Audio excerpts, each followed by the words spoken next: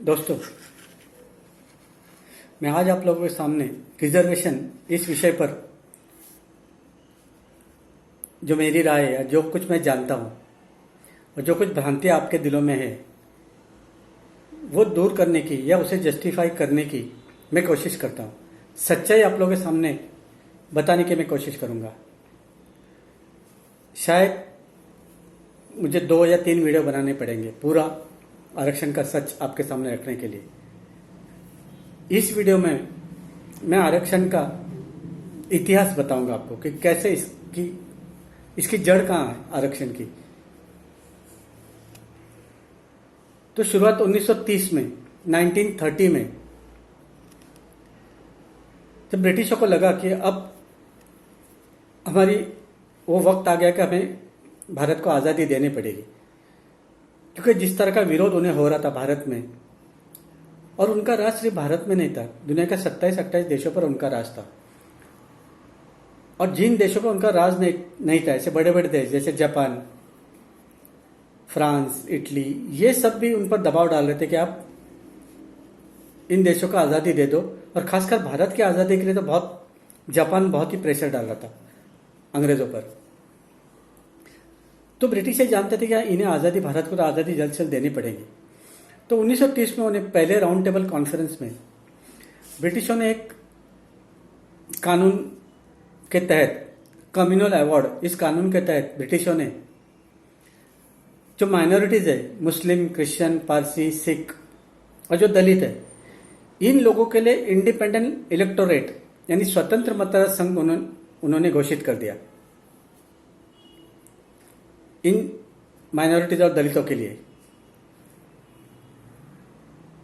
शायद उन्हें इस बात का डर था कि हमारे जाने के बाद ये जो सत्ताधारी है, यहाँ के मेजॉरिटी वाले जो लोग हैं, वो इन लोगों के साथ न्याय नहीं करेंगे, इनकी प्रताड़ना कर सकते हैं, ऐसा ब्रिटिशों को लगा।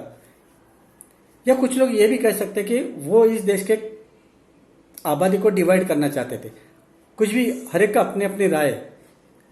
तो ब्रिटिशों ने वो कम्युनल अवार्ड के तहत ये घोषित कर दिया, और एक दलित नेता होने के नाते बाबा साहब ने उस पर साइन किया। अब कांग्रेस वाले बौखला गए इस बारे में। उन्होंने इस अवार्ड में जो मुस्लिम थे, क्रिश्चियंस थे, पारसी, सिख, इनका कोई विरोध नहीं किया। उन्होंने सिर्फ दलितों का विरोध किया। दलितों को ये नहीं मिलना चाहिए, ऐसा गांधी और कांग्रेस वालों ने स्टैंड लिया, क्योंकि वे जानते थे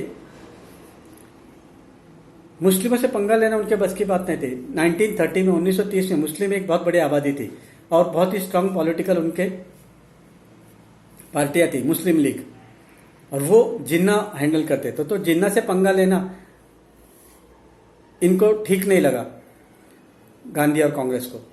रही बात क्रिश्चियंस की, तो क्रिश्चियंस वैसे भी पॉलिटिक्स में इतना इंटरेस्ट लेते नहीं, ना ही उनका कोई नेता था।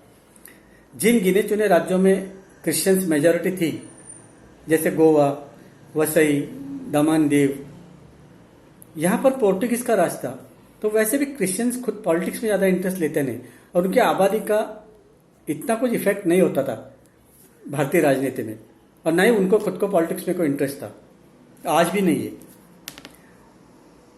सिखों के साथ भी पंगा लेना इनके बस की बात नहीं थी। तो इन्होंने टारगेट सिर्फ दलितों को, सिर्फ दलित इलेक्टोरेट को इन्होंने अपोज किया। और गांधी जी उस वक्त एरोडा जेल में थे, तो वहीं भूख हड़ताल पर बैठ गए। अब गांधी जी भूख हड़ताल पर बैठ गए, तो जो गांधी जी के भक्त थे या गांधी जी के समर्थक थे, वे बौखला गए और वे बाबा साहब को आए दिन धमकियां देने लगे। बाबा साहब के घर पर आंदोलन करने लगे, उनके नाम के मुर्दाबाद के नारे लगाने लग गए। तो बाबा साहब ने कहा, देखिए ये बात हमने मांगी नहीं, ब्रिटिशों ने खुद हमें ये दी है, और जिस बात से मेरे समाज का भला होता हो, मैं ऐसे कानून पर साइन क्यों ना करूं। लेकिन वे मानने के लिए तैयार नहीं थे। वे बाबा साहब को आए दिन धमकियां दे रहे थे। आखिर तंग आकर बाबा साहब ने गांधी जी से सुलह करने की पेशकश दी, बातचीत करने की। तो एरोडा जेल में जाकर एक पैक्ट हो गया, जिसे पूना पैक्ट कहते हैं। तो उस पूना पैक्ट के तहत यह तय हुआ कि जो दलित है उनको ये इंडिपेंडेंट इलेक्टोरल छोड़ दीजिए, बाबा साहब ये जिद छोड़ दीजिए, इंडिपेंडेंट इलेक्टोरल भले अंग्रेजों ने आपको दिया लेकिन आप उस पर साइन मत कीजिए। हम कुछ रिजर्व सीट्स दलितों के लिए पॉलिटिक्स में देंगे। जैसे आज जो रिजर्व सीट्स है, आज भी कई इलाके, कई ऐसे चुनाव क्षेत्र है जिनमें दलितों को ही खड़ा होने का अधिकार या वही चुनकर आते, तो उस वक्त ये तय होता कि कुछ सीटें दलितों के लिए रिजर्व रखी जाए। बात सिर्फ पॉलिटिक्स की हो रही है, ये सिर्फ पॉलिटिक्स की बात हो रही है, सोशल रिजर्वेशन की नहीं। और ये उस वक्त ये तय हुआ कि ये सिर्फ 10 साल के लिए होगा।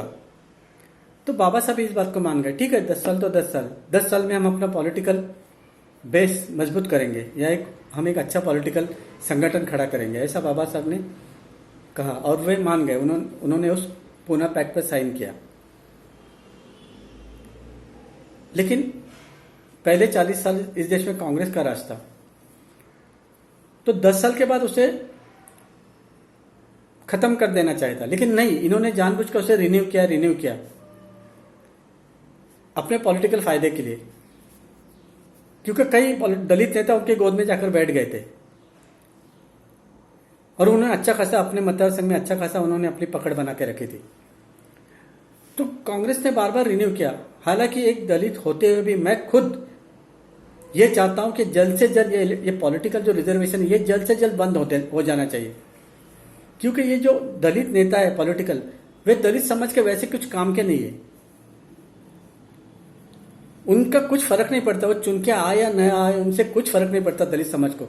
जहां तक महाराष्ट्र की बात है, तो महाराष्ट्र का जो सोशल ऑर्गेनाइजेशन है, सोशल मूवमेंट जो वो इतनी स्ट्रांग है कि बड़े से बड़े पॉलिटिकल पार्टी को भी अपने पैरों पे झुका सकते हैं। तो हमें पॉलिटिकल लीडर्स की जरूरत ही नहीं है। ये लीडर्स निकम्मे